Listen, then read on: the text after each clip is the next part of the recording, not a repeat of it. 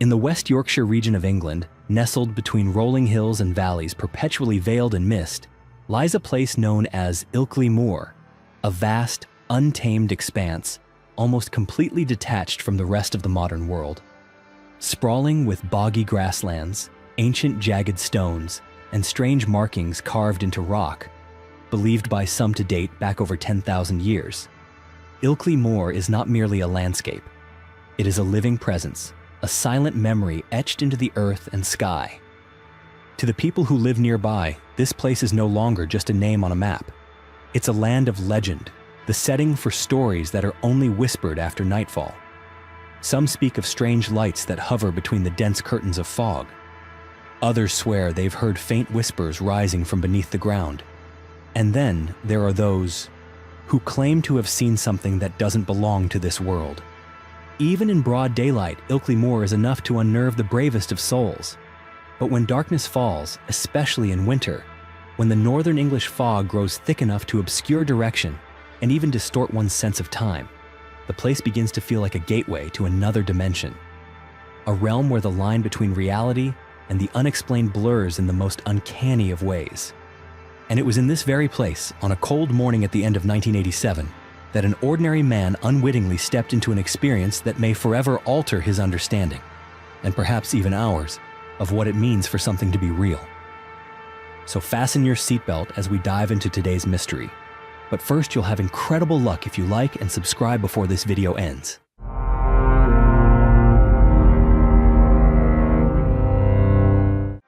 On the morning of December 1st, 1987, Philip Spencer, a former police officer on leave, stepped out from his warm home into the frigid expanse of Ilkley Moor.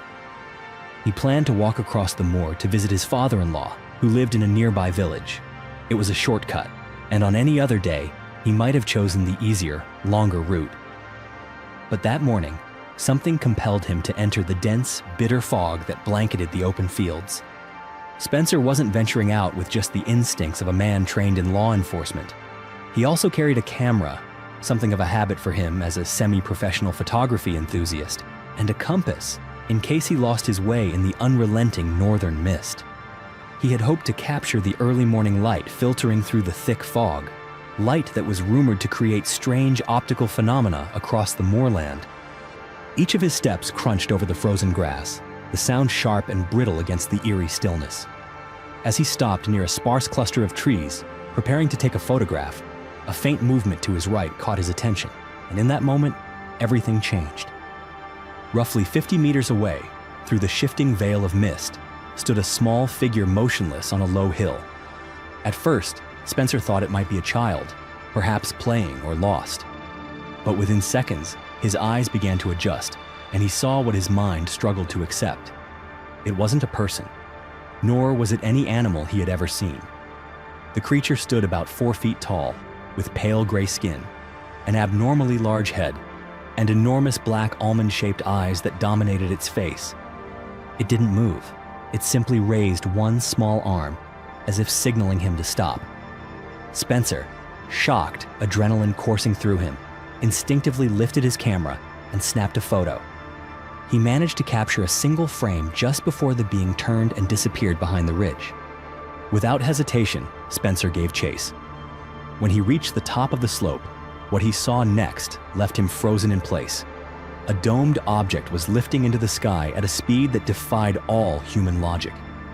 Within seconds, it vanished into the dark clouds, so fast that Spencer didn't even have time to raise his camera a second time. He stood there, unmoving on the hilltop, staring up into the gray expanse above him. His mind was blank. He didn't know how long he remained like that. When awareness finally returned, he bent down, searching desperately for any trace, footprints, scorch marks, debris. But there was nothing, absolutely nothing, as if nothing had happened at all. And yet, something else sent an even deeper chill through him.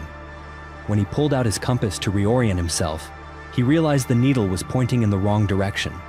Rather than north, it was spinning steadily toward the south. A strange sense of disorientation began to settle into Spencer's mind like a creeping layer of cold mist. He knew Ilkley Moor, every footpath, every bend in the trail, but the compass in his hand insisted otherwise. The needle had reversed itself, veering entirely off course from what his instincts and seasoned experience told him was north. Still, Spencer chose to trust his intuition, ignoring the now unreliable device. By the time he finally reached the village where his father-in-law lived, the clock on the church tower had just passed 10 a.m. He froze. His eyes moved from the clock to the street bathed in full morning light. Something didn't add up. He had left home at 7 a.m. The walk, even at a slow pace, should not have taken more than an hour. He had only stopped briefly to take a few photographs, and yet, somehow, nearly 2 full hours had vanished. A chill ran down his spine. Not the kind brought on by northern winds, but a deeper, more unsettling cold. One that came from realization. He might have lost a portion of his memory. Or worse, had it taken from him without his knowing. When Spencer returned home, he immediately removed the roll of film from his camera and took it to be developed. Within 24 hours, he had the results in hand. And among the mist-shrouded frames, there was one that stood out with startling clarity, the very moment he had pressed the shutter upon seeing that being. Though the image was grainy, the form captured in it was unmistakable. Small, faint, yet clearly not human, not animal, and certainly not part of some elaborate prank. With the photograph in hand and a storm of unanswered questions flooding his mind, Spencer knew he couldn't stay silent. He needed answers. And to find them, he would have to embark on a journey few have the courage to take. A journey inward, into the shadowed corridors of his own memory, where something might exist that neither science nor logic had ever dared to confront. Spencer was not the kind of man who easily gave in to belief in the supernatural. Years of working in law enforcement had trained him to think logically, to analyze situations with reason rather than emotion. But this time was different. The photograph in his hand defied explanation. The compass had pointed in the wrong direction with unsettling insistence, and the missing stretch of time, 3 hours that had simply vanished from his memory, felt like a blank space carved out of his very life. Out of cautious resolve, he reached out to a well-known UFO investigator in the region, a man named Peter Huff. During their first phone call, Huff was skeptical. An alien encounter, a blurry photograph, a case of missing time. It sounded like a scripted scenario, too perfectly strange to be real. But when they met face to face, something shifted. The look in Spencer's eyes, the tone of his voice. There was no performance. He wasn't seeking money. He didn't want attention. In fact, he had used a false name to protect his identity. He didn't act like someone fabricating a story. He acted like a man trying to understand what had truly happened to him. Peter Howe decided to pursue the case further.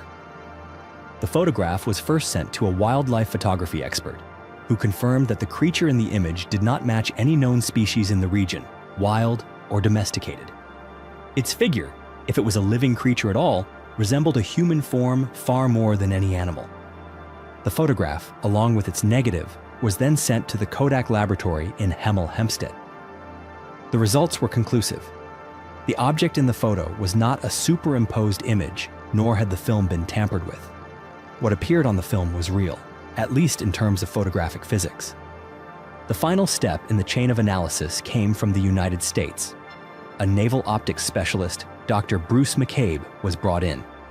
Though he acknowledged that the image showed no signs of forgery, he noted that the film's low quality, due to a slow shutter speed under low light conditions, rendered any detailed analysis nearly impossible. His report concluded with a dry, unsentimental line. "I had hoped this would be a breakthrough case, but the circumstances didn't allow for it." Yet Peter Howe didn't stop there. He shifted his attention toward other physical evidence. The compass Spencer had carried that day, though showing no signs of radiation, revealed something even more bizarre. Its magnetic polarity had been completely reversed. Researchers at a local university concluded that it must have been exposed to an unusually strong magnetic field, something that doesn't occur naturally anywhere on the Moor.